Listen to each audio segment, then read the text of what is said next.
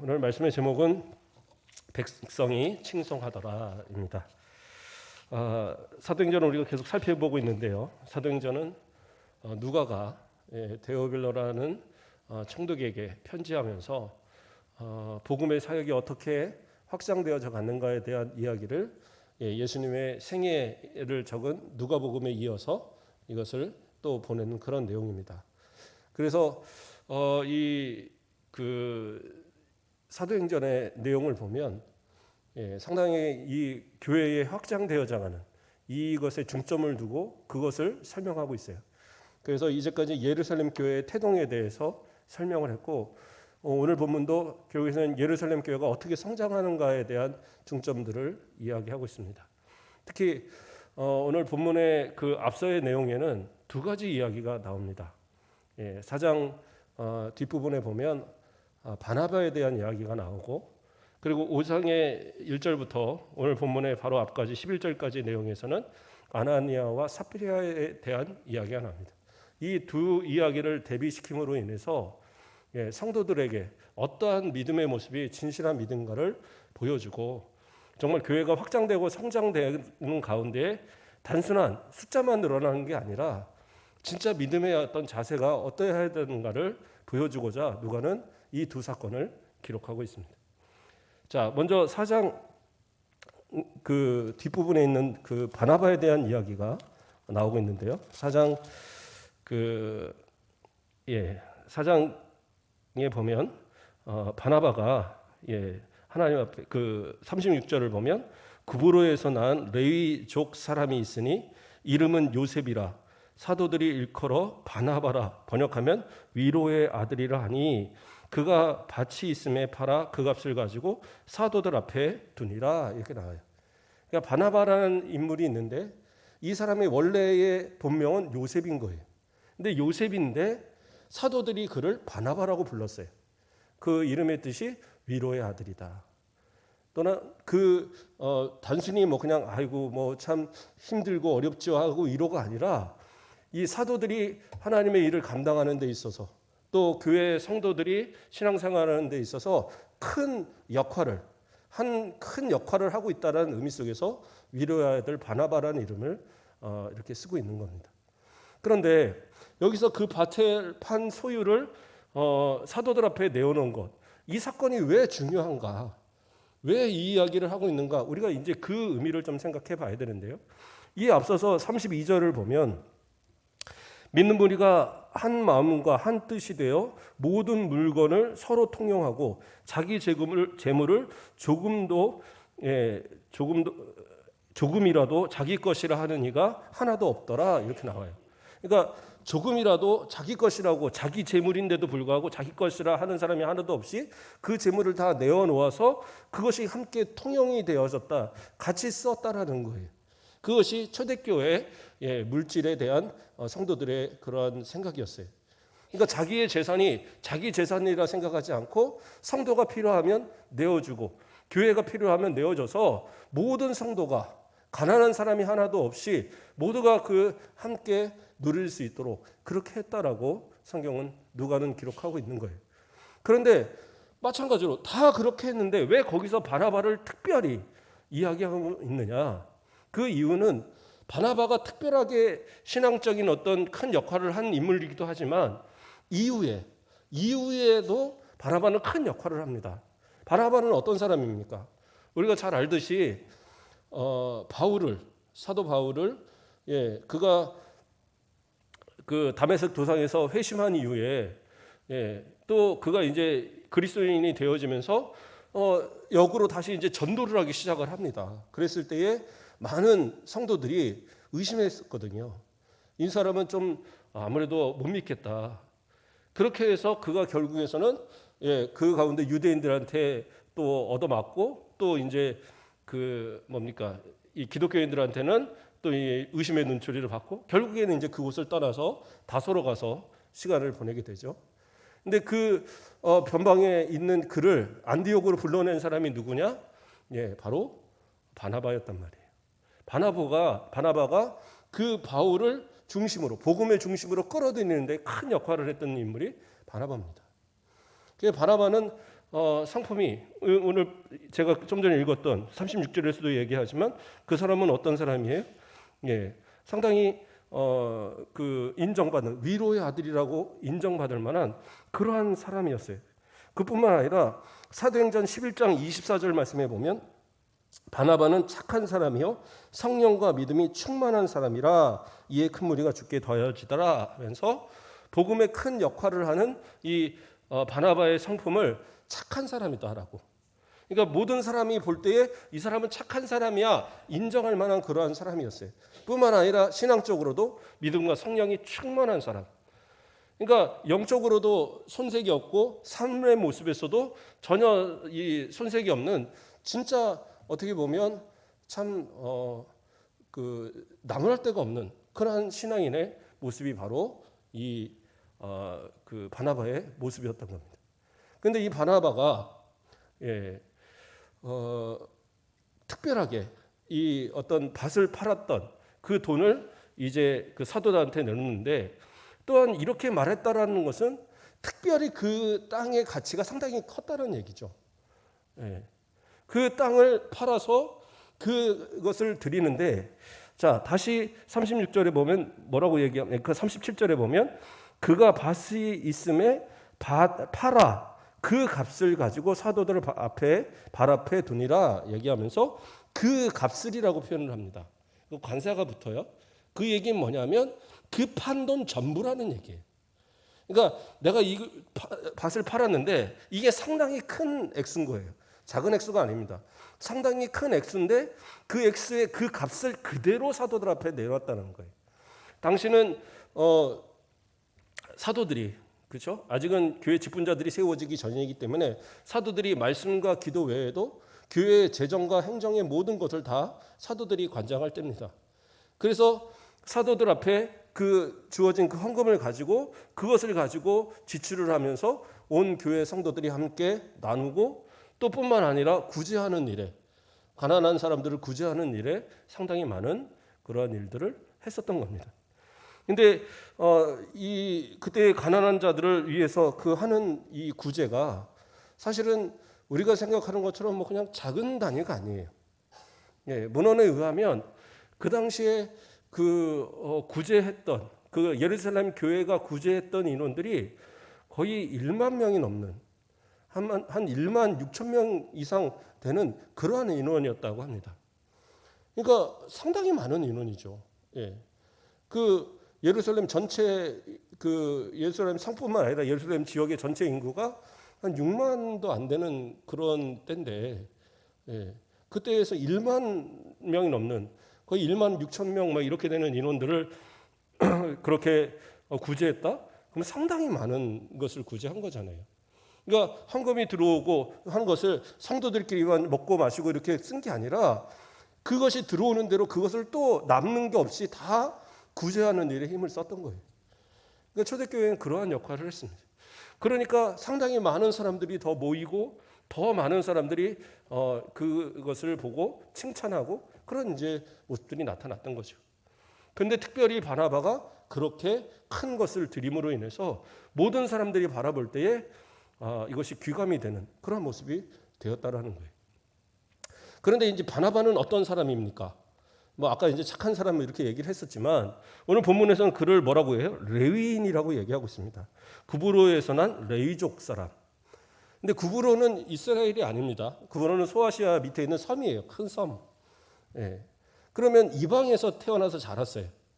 그리고 레위인들은 원래 땅을 갖지 않습니다. 하나님께서 아론에게 명령할 때 너는 땅을 주지 않겠다라고 그러셨어요. 그 너와 너 후손들은 땅을 주지 않고 이스라엘 백성들이 너희의 기업인 거예요. 그래서 이스라엘 백성들이 내는 11조, 이스라엘 백성들이 내는 헌물을 가지고 레위인들과 그리고 그 제사장들을 다 그렇게 살아갔어야 됩니다. 그래서 개인적인 땅이 주어지지 않아요. 각 지파에 흩어져서 그 한 성읍을 만들고 거기서 그들이 내는 11조와 그들이 내는 헌물로 먹고 살 뿐이지 스스로 땅을 가지고 그것을 경작하거나 그걸 팔거나 사거나 그렇게 할 수가 없어요. 그런데 지금은 레위인임에도 불구하고 땅을 갖고 있죠. 왜 그랬느냐? 이제 역사적 배경이 좀 있는데 바벨론 포로기 이후로 많은 그 유대인들이 세계로 다 흩어져 있었던 거예요. 소아시아뿐만 아니라 여러 뭐 지역으로 고린도라든가 또는 뭐 마게도냐 여러 지역으로 유대인들이 흩어져 있었습니다. 그리고 그들을 대대로 거기서 살아가면서 뭐 레위인이다 무슨 뭐 유대인들 또 그 안에서 뭐 지파별로 다를 게 없었어요. 그냥 그 안에서 살아가는 게 중요했기 때문에 레위인도 마찬가지로 땅을 가지고 경작을 하고 장사를 하고 하면서 재산을 불릴 수밖에 없었던 그러한 배경을 갖고 있습니다. 그랬던 그가 자신의 재물을 그 가운데 밭을 팔아서 그 밭이 어느 정도의 규모인지 모르지만 그 서원한 그 밭을 팔아서 하나도 빼놓지 않고 그것을 다 사도들 앞에 내었다라고 이렇게 한 거예요. 그래서 많은 사람들에게 칭찬을 받고 또 많은 사람들에게 인정을 받는 그런 모습이 됐던 거죠. 그런데 또 하나의 사건이 바로 이어서 나타나는 겁니다. 5장으로 넘어가서 누가 나타납니까? 아나니아와 삽비라가 나타나요.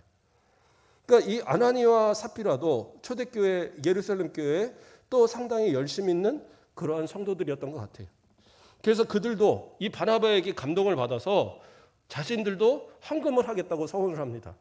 그래서 자신의 밭을 팔아서 자신의 소유인 밭을 팔아서 그것을 사도들 앞에 내어놓겠다라고 이제 서원을 합니다. 이건 공개적인 서원이었기 때문에 모든 사람들이 다 알았을 거예요. 그런데 막상 이것을 팔아서 내 수중에 돈이 들어와 보니까 이게 생각보다 좀 많았었나 봐요. 그러니까 어떻게 해요? 그 일부를 숨깁니다. 그걸 뭐 전부 다 숨기거나 절반을 숨기거나 그게 아니라 일부만을 숨겼을 뿐이에요. 그리고 그 나머지를 전부라고 사도 앞에 갖고 나옵니다. 그래서 5장 1절을 보면 아나니아라 하는 사람이 그의 아내 삽비라와 더불어 소유를 팔아 그 값에 얼마를 감추고 그 아내도 알더라. 얼마만 가져다가 사도들 앞에 두니 이렇게 나와요. 그러니까 그 얼마만을 가져다가 갖다 두고 이게 다인 것처럼 갖다 놓은 거예요. 그랬을 때 하나님께서 이 베드로에게 성령을 통해서 감동하시니까 이 베드로가 깨달았어요. 알았어요. 그의 거짓말을 알았습니다.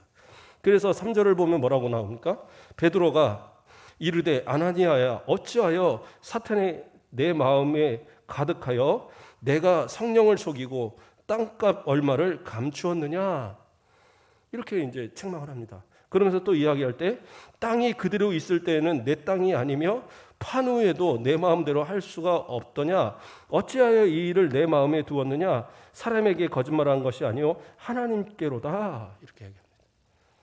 그러니까 자, 내 밭을 팔았어요. 그래서 내가 돈을 가졌습니다. 그러면 내가 이것을 하나님 앞에 드리는 것이 드리겠다고 서원했기 때문에 드리는 건데 그것을 몰래가 또 이게 숨겨요. 그러면 차라리 내가 다 드리려니까 너무 많은 것 같아서 사도들 내가 이거 한 절반만 드리겠습니다. 이러면 되는데 그게 아니라 마치 다 드리는 것처럼 하면서 공개적으로 다 칭찬을 받으면서 자신은 일부를 갖다 숨겼다는 말이에요. 근데 이것이 하나님을 결국에는 속이는 것이다라고 베드로는 이야기합니다. 그러니까 우리가 이제 헌금에 대해서 사실은 우리가 생각해 볼 만한 그런 본문이에요. 바나바가 드리는 헌금과 그 아나니아와 삽비라가 드리는 이 헌금에 그럼 어떤 차이가 있느냐? 액수로는 누가 더 많다라는 걸 몰라요. 어쩌면 아나니아와 삽비라가 드린 게 더 많을 수도 있어요. 그러나 그 많고 적음의 이야기가 아닌 겁니다. 하나님 앞에 어떠한 마음으로 드리고 있느냐 이것을 이 누가는 이야기하고 있는 겁니다. 초대교회 성도들은 이 사건을 통해서 상당히 충격을 받았어요. 헌금을 드리는 데 있어서 드리고도 복을 받지 못하는 경우가 있겠구나라는 생각을 이때부터 하게 된 겁니다. 그 바나바가 드려진 그 예물 그것에 있어서는 아무런 사심 없이 그 약속하는 헌금을 그대로 드려요. 그러나 이 아나니아와 삽비라는 일부를 감추고 이것은 아무도 모르는 일이에요. 자기만 알아요. 그렇죠? 우리가 헌금을 하나님 앞에 드립니다. 누가 알아요? 몰라요. 재정부 알지 않습니까? 재정부 알죠. 아는데 그게 그분이 진짜로 11조를 제대로 한 건지 뭐 하나님 앞에 아니면은 그냥 일부만 드리고 낸 것처럼 한 건지 모르잖아요. 또는 안 냈거나 안 냈다고 해서 누가 왜 안 나셨습니까? 얘기 안 하잖아요. 그런데 누구예요? 하나님과 나의 관계 속에서 이야기하는 거예요. 하나님 앞에서 내가 어떤 모습으로 예물을 드리는가? 내가 사업을 해서 나한테 수익이 한 달에 한 1억씩 떨어져요. 그러면 얼마를 11조 해야 합니까? 1,000만 원씩 해야 되겠죠. 근데 생각해 보니까 1,000만 원이 너무 많은 거예요. 그러니까 한 500만 원만 하고, 한 500만 원은 띄어서 저기 가난한 사람 좀 도와주고, 이것이 과연 옳은 거냐? 그건 아니다라는 거죠. 하나님 앞에 드림에 있어서 이것을 내 것이라 생각하니까 내가 자꾸 뭔가 생각이 개입이 되는 거예요. 내 것이 아니에요. 하나님의 것이에요. 하나님이 다 내게 주신 것인데 그 중에 일부를 하나님께 돌려드리는 거예요. 이것은 11조라는 것을 통해서 하나님을 내가 믿는다는 믿음에 대한 고백이고, 또한 하나님이 내게 복을 주셨다라는 복에 대한 그것을 인정하는 것이 되는 거예요. 그렇기 때문에 어떤 헌금에 있어서 하나님 앞에 드리기로 작정되어 있는 이 헌금에 있어서는 그것을 드리는 것이 오는 거예요. 물론 내가 만약에 드릴 만한 여력이 안 돼요. 그럼 하나님 앞에 기도해야죠. 하나님, 제가 마음엔 이렇게 서원했지만 그러나 지금은 이렇게 드릴 만한 이 여력이 안 됩니다. 하나님 드릴 수 있는 그런 환경을 주시고 저의 잘못된 소원을 용서해 주세요. 기도하면 돼요. 그러나 이건 뭐예요? 속이는 거예요. 마치 나는 정말로 모든 걸 다해서 하는 것처럼. 그러나 하나님이 원하시는 건 그런 게 아니에요. 과부의 2 렙돈을 그의 전부라고 인정해 주셨던 하나님이시고, 그렇죠? 적은 아까 우리 찬양할 때도 얘기했지만 오병이요. 그 물고기 2마리와 보리떡 5개로 5,000명을 먹이는 역사를 일으키시는 우리 하나님이세요. 그 많고 적음이 아니에요. 그 작은 것을 통해서 하나님은 어떻게 해요? 더 많은 것을 우리에게 주시고자 하는 그런 복의 근원이란 말이에요. 그래서 하나님 앞에 드림에 있어서는 아까워하지 말아야 돼요. 아까운 마음이 들면 차라리 안 하시는 게 나아요. 아까운 마음이 들어오게 되면 어떻게 하느냐? 생색을 내게 된단 말이에요. 내가 장로니까, 내가 집사니까, 내가 권사니까 안 할 수는 없으니까 이 정도로 해서 이렇게 생색을 하는, 그렇게 돼서는 안 돼요.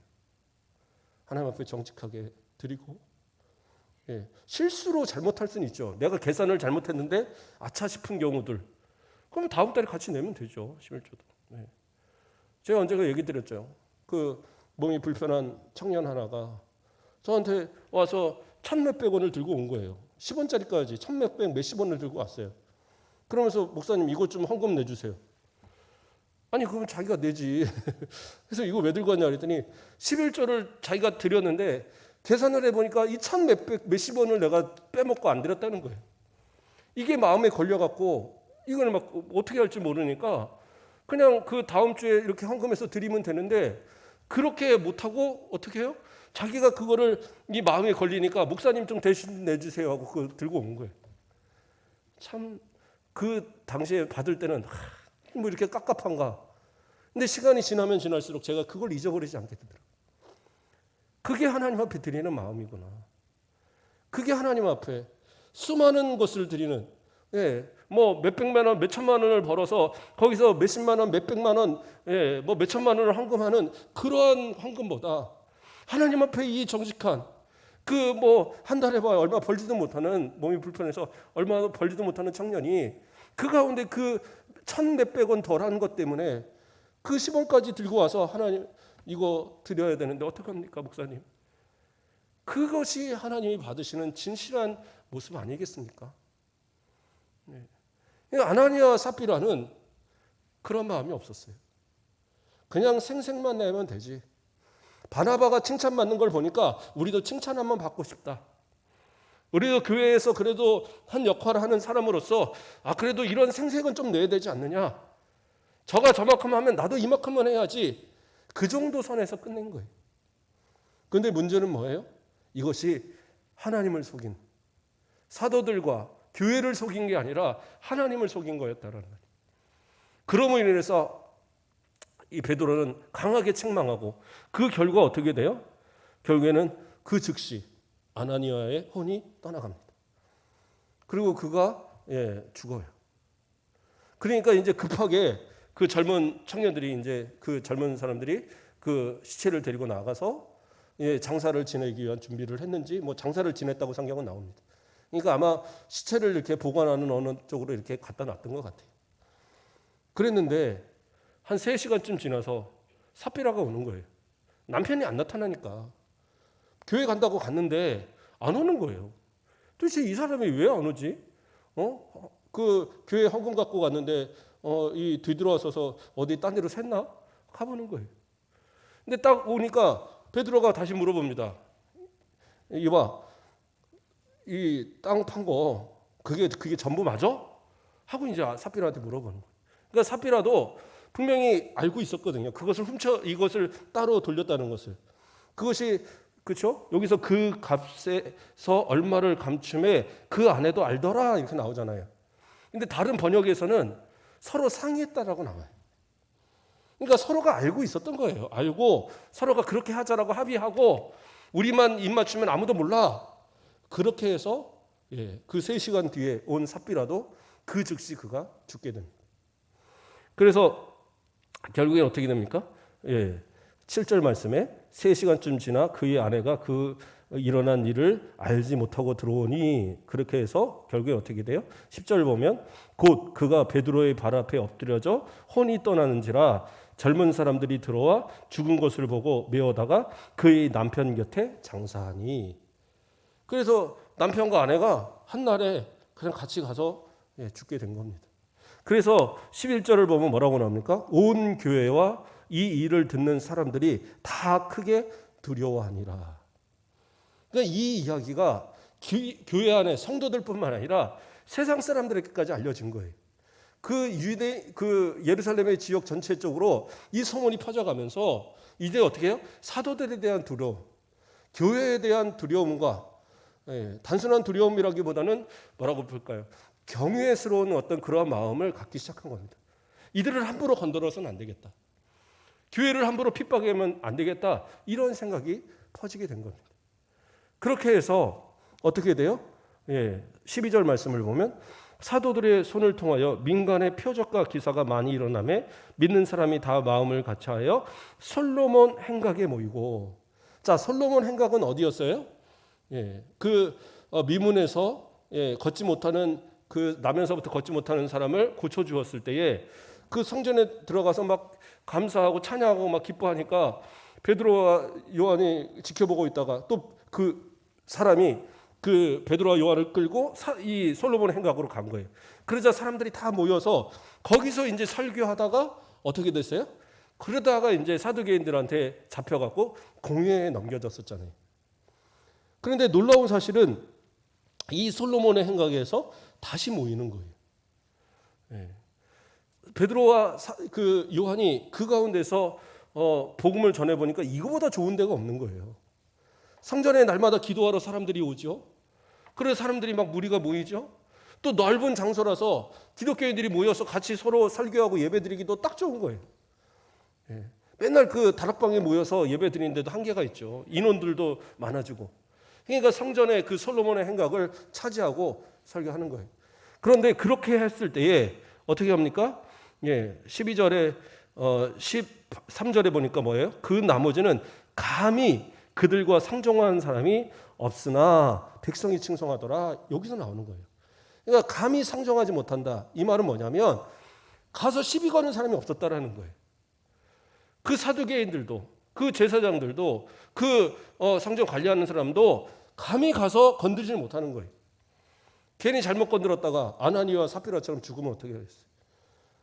괜히 잘못 건드렸다가 저주를 받아서 뭔가 안 되고 이럴까 봐 두려웠던 거예요. 그러니까 어떤 사람은 그렇게 두려워하고 그럼에도 불구하고 사람들은 어떻게 해요? 그 사도들과 교회를 칭송하게 되었어요. 칭송했다는 거예요. 칭찬했다는 거예요. 그들의 삶이 칭찬받을 만한 삶의 모습으로 나타났던 거예요. 아까 말했던 것처럼 서로가 서로를 아끼고 교인들 안에서만 사랑으로 끝난 게 아니라 수많은 사람들을 구제하고 또 전도하고 또 돌보는 일들, 더군다나 당시에 그 이제 복음의 초기에 어떻게 보면 유력한 많은 유대인들은 아직 그리스도인들이 되지 않았을 그때에 가난하고 어떻게 보면 소외된 사람들, 그런 사람들이 먼저 예수 그리스도를 믿기 시작했는데 그러한 사람들이 어떻게 해요? 서로가 가난한 사람이 하나도 없을 정도로 그렇게 서로가 가진 것들을 내어서 통용하고 서로가 그렇게 아끼는 모습. 그러면서 바나바와 같은 인물이 그렇게 큰 재산을 아낌없이 투척하고 그러면서 교회가 더 많은 구제와 더 많은 그러한 전도와 더 많은 그러한 선한 일들을 행하는 모습을 보고 사람들이 칭찬하기 시작했다라는 거예요. 예. 그러니까 우리도 마찬가지입니다.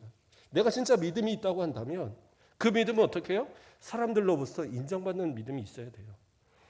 예. 아이 뭐 세상 사람들이 인정하고 말고 나는 그냥 오로지 교회만 열심히 해서 믿으면 됩니다. 예. 그런데 그 신앙이 진짜라면 어떻게 해요? 그것이 삶을 통해서 드러나야 되는 거예요. 그게 전도의 방법이죠. 드러나서 많은 사람들이 바라보면서 그 사람이 있는 교회라면 그 사람이 있는 그곳이라면 내가 가야지 이런 정도가 돼야 되는 거예요. 아무런 관심이 없다가 교회에는 아무런 관심이 없는데 그 권사님 그 장로님 참 그 사람 친구이지 그 사람이 가자고 하면 한번 가봐야지 이런 마음이 들게 하라는 거예요. 그게 바로 여기서 칭송을 받았다라는 거예요. 아까 바나바의 이야기를 좀 더 하면 바나바는 어떤 사람이라고 그랬어요? 착한 사람이라고 그랬잖아요. 그의 성품이 그 자체가 그냥 착한 사람이었어요. 예. 그는 어떤 사람입니까? 예, 마가의 삼촌이에요. 마가의 삼촌. 그러니까 부계 쪽 삼촌은 아닌 것 같고 모계 쪽 삼촌인 것 같아요. 예. 왜냐하면 누가가 뭐 레위인이다 이런 얘기는 없거든요. 그렇기 때문에 아마 어머니 쪽이 레위인이 아닌가 생각을 합니다. 그러니까 어쨌든 모계 쪽이는 어쨌든 삼촌이에요. 그래서 마가를 상당히 아껴서 마가는 또 누구예요? 우리가 잘 아는 것처럼 집에 다락방을 기도의 처로 제공을 했고 그리고 명확하게 명시되어 있지는 않지만 오순절 그 성령 강림도 그 마가의 다락방일 것으로 그렇게 추정을 하거든요. 그리고 이 마가는 또 어떤 사람이었어요? 마가복음을 쓴 마가입니다. 그런데 마가가 처음부터 그렇게 신실한 사람은 아니었어요. 그런 어떤 복음의 신실한 모습들을 보였기 때문에 그래서 이 바나바는 마가를 바울과 1차 전도 여행 때 데리고 갑니다. 데리고 가는데 그 여행이 생각보다 너무 힘드니까 마가가 어떻게 해요? 중간에 다시 도망가 버렸어요. 난 못 가. 그리고 돌아가 버렸어요. 그런데 2차 전도 여행 때 바나바는 어떻게 해요? 다시 마가를 데려가겠다고 해요. 그러니까 바나바는 한 번 더 기회를 주자라는 거죠. 그랬는데 어떻게 합니까? 바울은 단호한 사람이에요. 안 된다라는 거예요. 복음에 방해가 되는 사람을 어떻게 데려갔느냐? 그래갖고 여기서 바나바하고 바울이 처음으로 싸웁니다. 그러니까 바나바가 뭐 성질을 냈다 이런 얘기 하나도 안 나오는데 거기서 처음으로 나와요. 그게 바나바가 화낸 이야기가 다예요. 누구 때문에? 마가 때문에. 그럼 마가를 그냥 이렇게 뭐 고집으로서만 그렇게 한 거냐? 그게 아니에요. 마가의 가능성을 보고 기도하면서 그에게 기회를 주고 싶었던 거예요. 아무리 조카지만 조카라고 해서 뭐 그 감싼다 그 개념이 아니에요. 바울을 찾아가서 정말 그를 삼고 처리해서 결국에는 이방인의 사도로 만들어냈던 그 바나바가 마가 조카이지만 마가에게도 그러한 영향력을 끼친 거예요. 그래서 마가는 결국에 어떻게 합니까? 그 바나바와 여행하면서 바나바를 통해서 배우고 그 다음에 베드로에게 가서 베드로를 통해서 또 그 복음에 대한 이야기들을 다 배우고 그래서 결국엔 어떻게 해요? 마가가 이 베드로와 함께 로마에서 복음을 전하다. 베드로의 순교 후에 그 이방의 성도들을 위해서 마가복음을 기록한 거잖아요. 그리고 디모데후서에 가면 이제 바울도 그 마지막 그 감옥에 갇혀 있으면서 마가를 사랑하는 마가를 보내달라고 그 디모데에게 부탁하는 그런 장면이 나와요.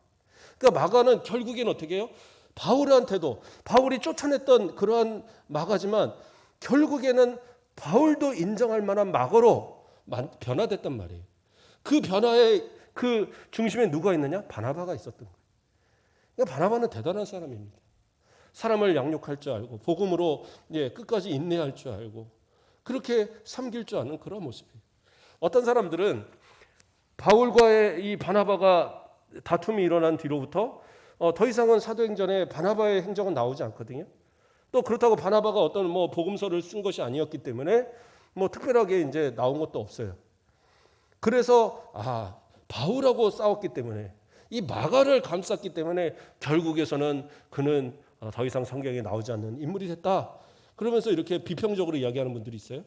근데 그거는 잘못 성경을 오해한 거고 바나바를 오해한 거예요. 바나바는 그런 인물이 아닙니다. 그러니까 사도행전은 누가가 기록을 했잖아요. 누가는 누구의 제자예요? 바울의 제자입니다.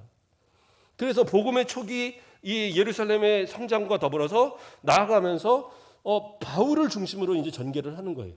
그렇기 때문에 바울과 바나바가 갈라진 이후부터는 바나바를 따로 말할 이유가 없어요. 그리고 나서 또 바울로부터 끝까지 이제 계속 이어져 가는 겁니다. 그거는 이제 왜 쓴 저자가 누가이기 때문에 그건 어쩔 수가 없어요.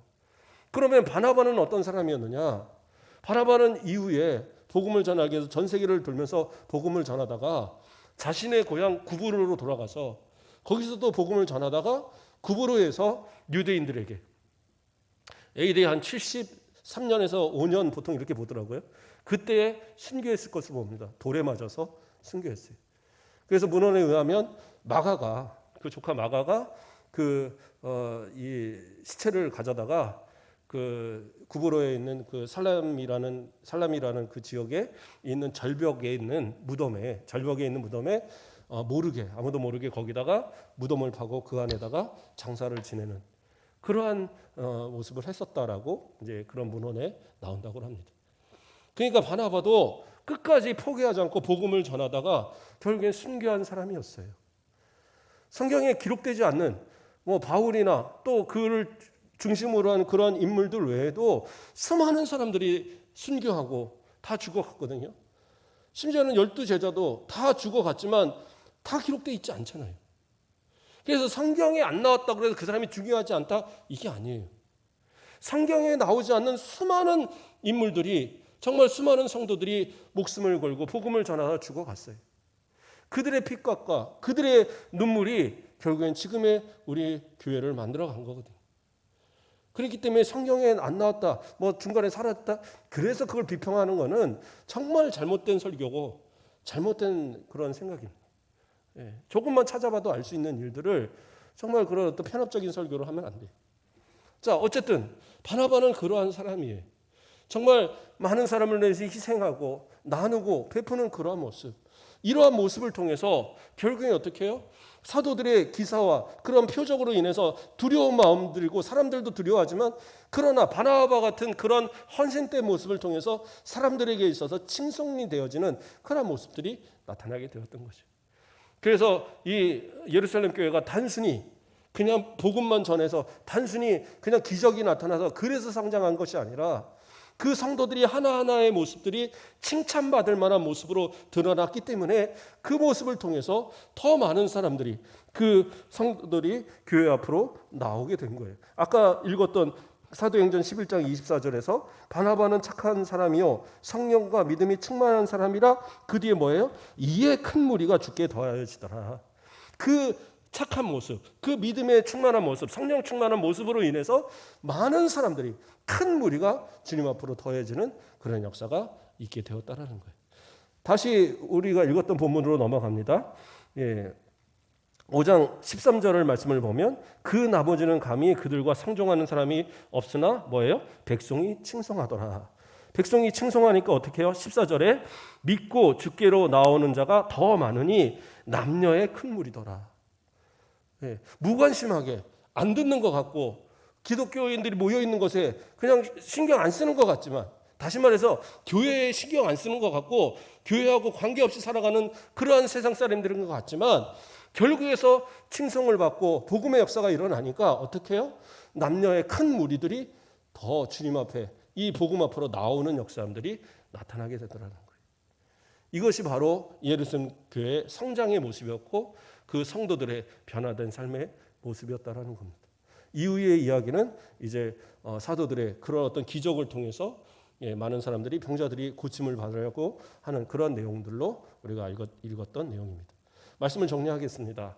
저와 여러분도 우리가 믿음 생활한다고 하면서 단순히 그냥 교회 안에서 믿음으로만 그쳐서는 안 된다는 걸 얘기하는 겁니다.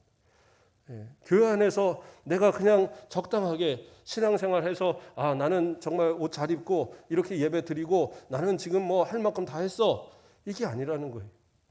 하나님 앞에도 정직한 신앙, 예물을 드림에도 예배를 드림에도 오늘 본문 아까 오늘 오전에 얘기한 것처럼 그렇죠? 이 하나님의 벗된 그러한 성도들답게 그렇게 온전한 마음으로 하나님 앞에 예배 드리되 삶의 모습 속에서도 착한 사람으로서 많은 사람들에게 인정받는, 그래서 우리의 삶의 모습을 통해서 그들이 교회는 잘 몰라도 우리의 삶의 모습을 통해서 주님 앞으로 나오는 역사함들이 일어나야 된다는 거예요.